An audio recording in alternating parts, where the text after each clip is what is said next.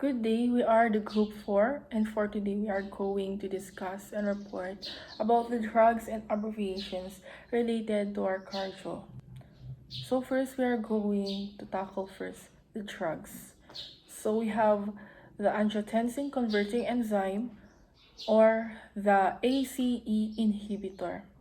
So what does it do? So it helps the veins and arteries to relax, to lower blood pressure.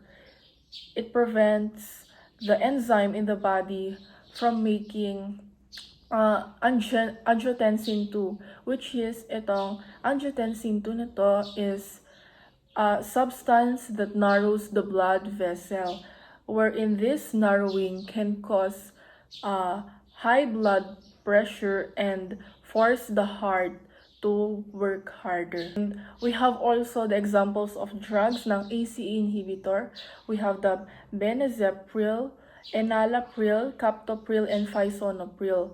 And this is also to treat and help with hypertension, heart failure, and chronic disease, and also diabetes.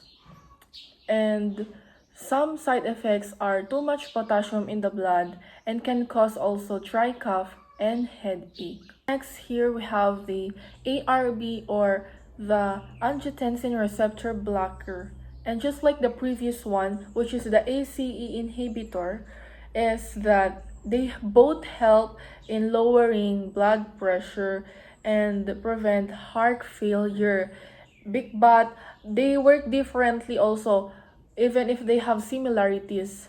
So first, ACE inhibitors block a natural substance enzyme in the body from converting angiotensin 1 to angiotensin 2, which is itong angiotensin 2 na to is it constricts the blood vessels, causing blood pressure to rise.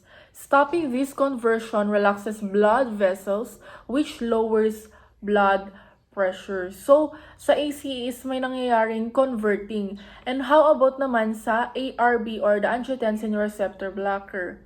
ARBs also target the angiotensin pathway, but they both work by blocking angiotensin 2 from binding to receptors on the blood vessels.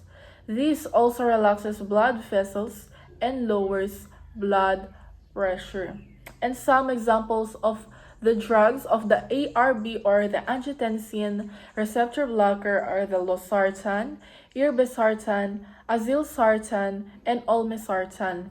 And as we can hear those medications or drugs, it sounds familiar, right? Because sa amin pong family is that tinitake po ng aking mga magulang and even sa mga grandparents po is that yung losartan, it is the most common ARB na gamot. And then itong mga ARB na to is they are used for maintenance.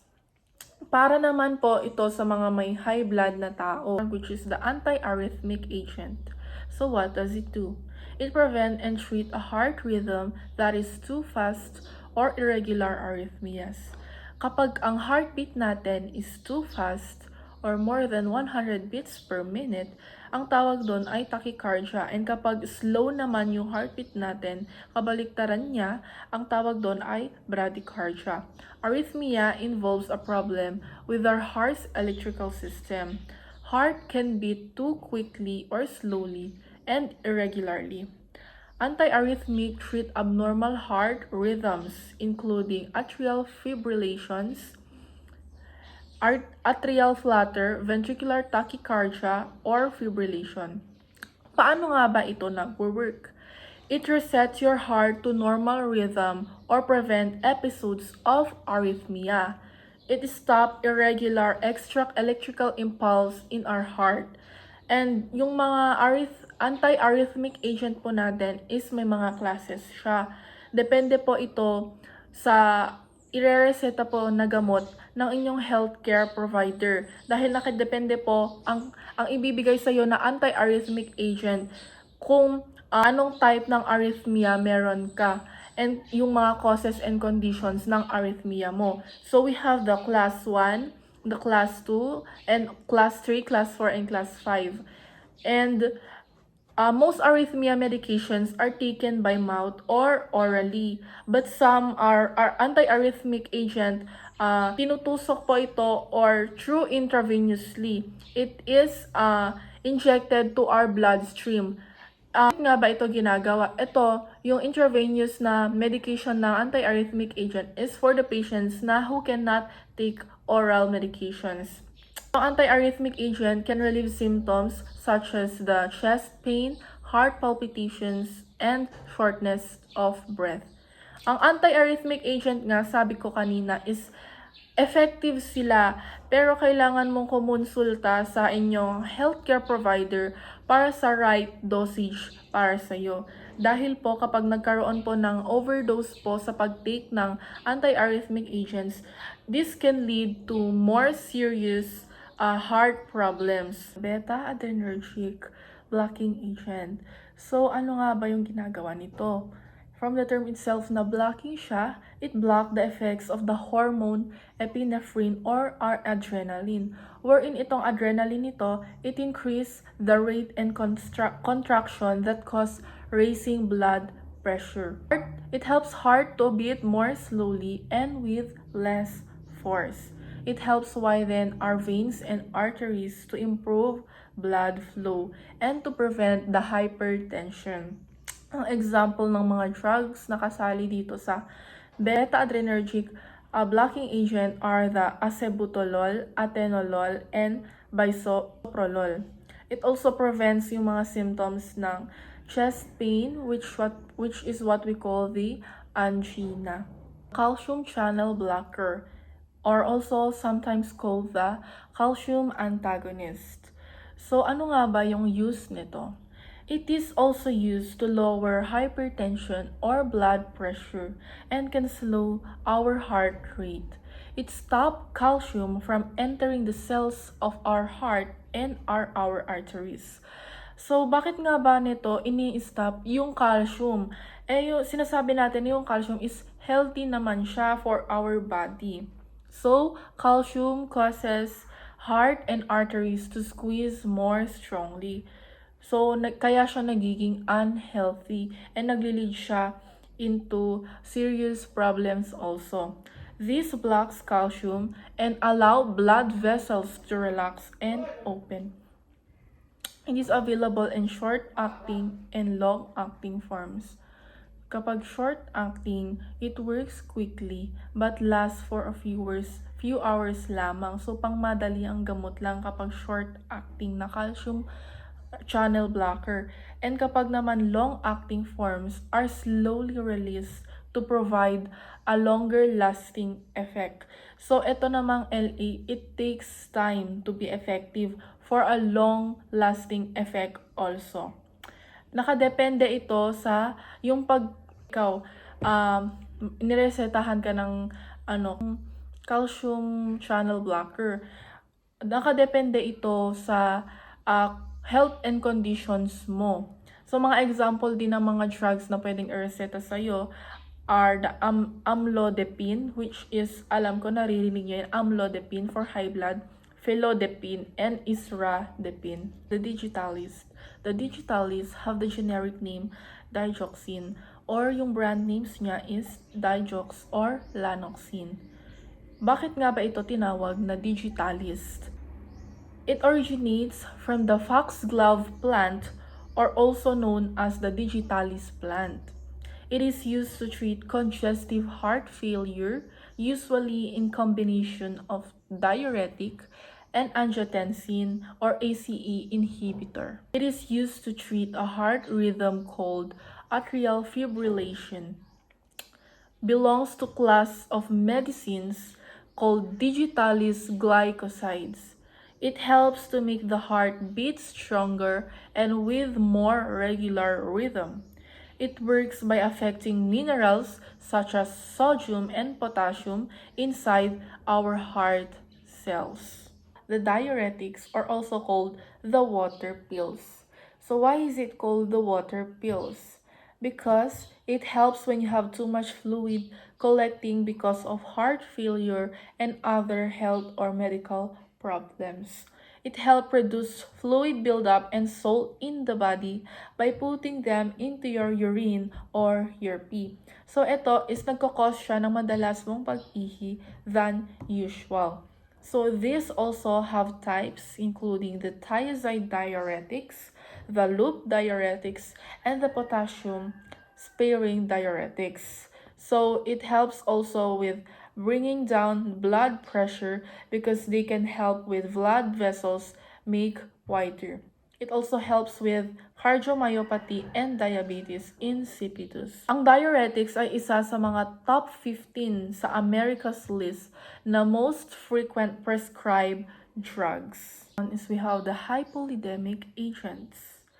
So hypolidemic, according to Merriam Dictionary, is that it decreases in level of lipids in blood.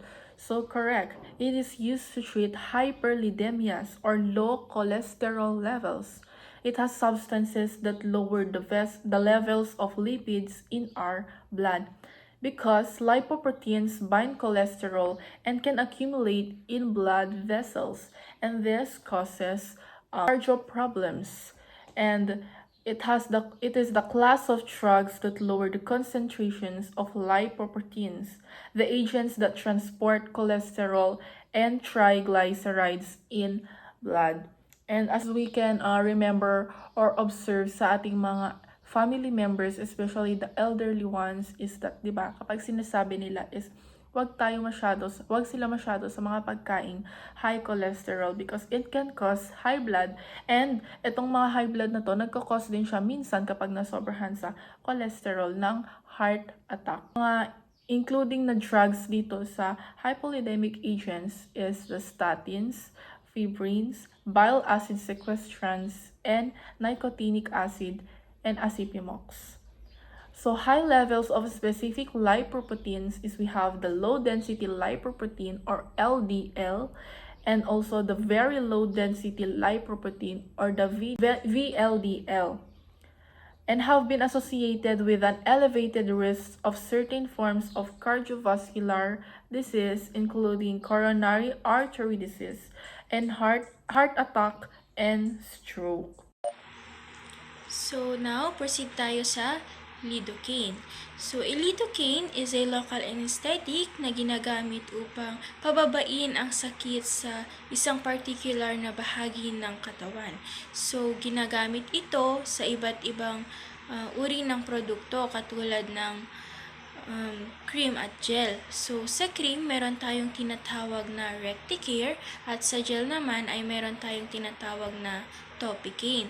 So, ang gamot na ito ay mayroon ding side effects, katulad na lamang ng pamamaga o pangangati sa particular na area kung saan man ito nai-apply.